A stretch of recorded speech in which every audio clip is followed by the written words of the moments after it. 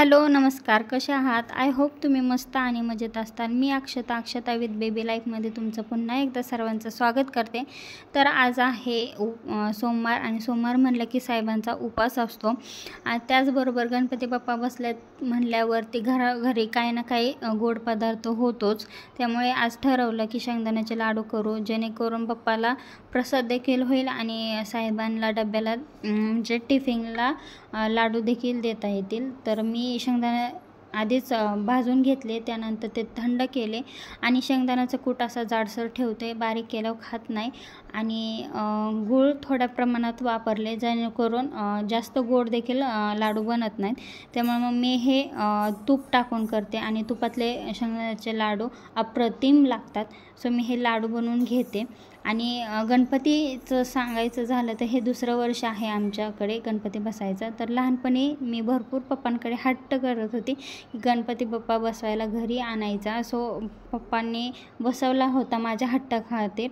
त्यानंतर लग्न झालं तसं म्हणजे तिकडं बसवायचा बंद केला आणि लग्न देखील माझं गणपतीच्या सीझनमध्येच झालं होतं। म्हणजे गणपती बसले होते त्याच टायमिंगला लग्न देखील झालं, बट 1 वर्ष गॅप पडला। त्यानंतर मग हे दुसरं 2 वर्ष झाले मी बसवते। त्यानंतर लाडू वगैरे झाल्याच्या नंतर मग आरती वगैरे केली आणि तनु आज हट्ट करत होते मला बाप्पा बघायचा आहे। तिच्या हाईटनुसार ते दिसत नाही, त्यामुळे कडव घेऊन ते आरती करत होते। त्यानंतर जसा माझा किचनवरती भरपूर पसारा होतो स्वयंपाक करताना, कारण का पसारा झाल्याशिवाय माझा स्वयंपाकच होत नाही।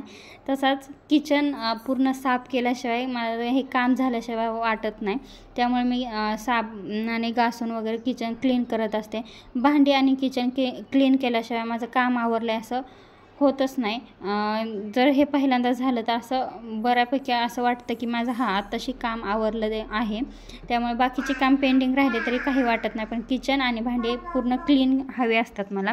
त्यानंतर बऱ्याच दिवसांनी मी आज केस ट्रिम करत होते।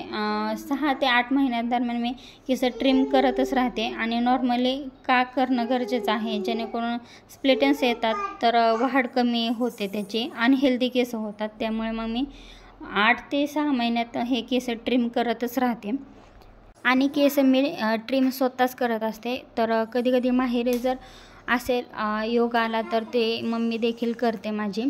सो मग मी इथे केस ट्रिम करताना आधी केसांचे पार्टिशन करते, त्यानंतर मला जितके हवे आहेत तितके मी केस ट्रिम करते। तर जास्त काही नाही, बोटाच्या 1 इंचापर्यंतच मी केस कट करत असते, जेणेकरून माझी वाढ ते पुन्हा नीट होईल। आणि भरपूर केस असेच वाढत आलेत माझे।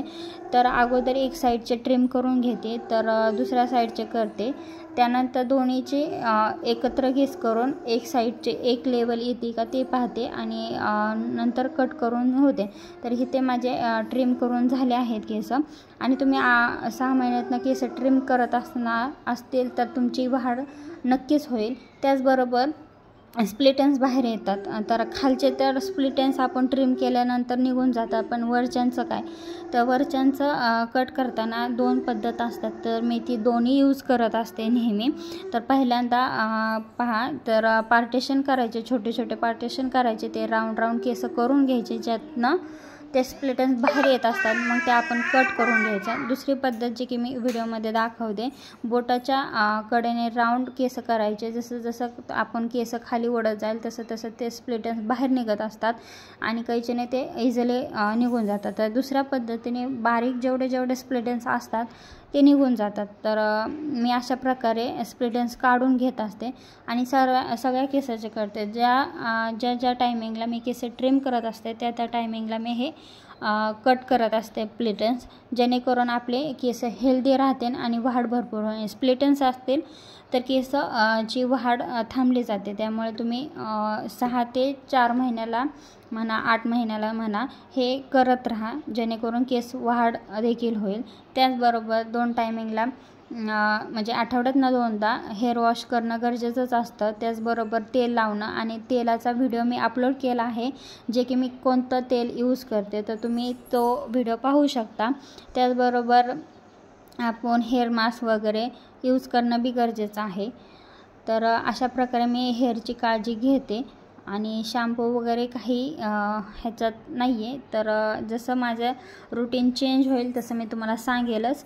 तर अशा प्रकारे मी पूर्ण स्प्लिट एंड्स कट करून घेतलेत आणि याच प्रकारे व्हिडिओ आवडल्यास लाईक आणि शेअर करा, सबस्क्राईब करा. टाटा, बाय बाय.